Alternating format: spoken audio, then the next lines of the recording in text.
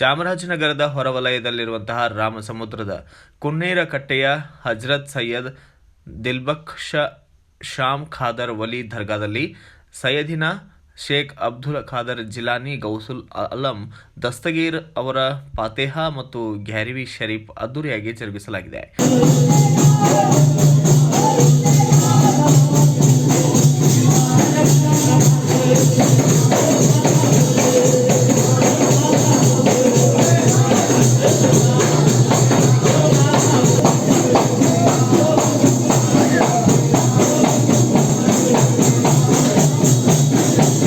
ದರ್ಗಾ ಆಡಳಿತ ಮಂಡಳಿಯ ವತಿಯಿಂದ ಏರ್ಪಡಿಸಿದ್ದ ಈ ಕಾರ್ಯಕ್ರಮವನ್ನು ನೆರೆಹೊರೆ ತಾಲೂಕಿನಿಂದ ಹಲವಾರು ಭಕ್ತರು ಆಗಮಿಸಿ ಹರಕೆಯನ್ನು ತೀರಿಸಿಕೊಂಡಿದ್ದಾರೆ.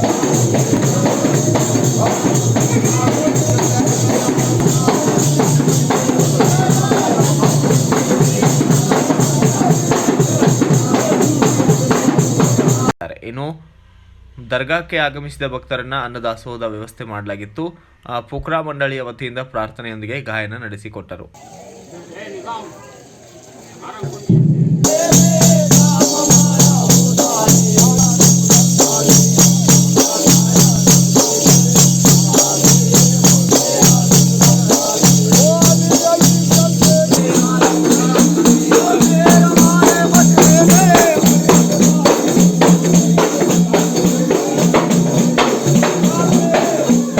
ಈ ಸಂದರ್ಭದಲ್ಲಿ ಸೈಯದ್ ಕಲಾಂ ಉಲ್ಲಾ ಶಾ ಜಿಲ್ಲಾ ವಕ್ಫ್ ಸಮಿತಿಯ ಉಪಾಧ್ಯಕ್ಷರು, ಗುರುಗಳು ಸುಭಾನ್ ರಜಾ, ದರ್ಗಾ ಮಂಡಳಿಯ ಅಧ್ಯಕ್ಷ ಅಬ್ರಾರ್ ಸುಲ್ತಾನ್, ಕಾರ್ಯದರ್ಶಿ ಅಯೂಬ್ ಉಲ್ಲಾ ಖಾನ್ ಸೇರಿದಂತೆ ಸದಸ್ಯರು ಕೂಡ ಭಾಗಿಯಾಗಿದ್ದರು. Bureau report, Swamy Balepete, BV5 news Kannada, Chamarajanagar.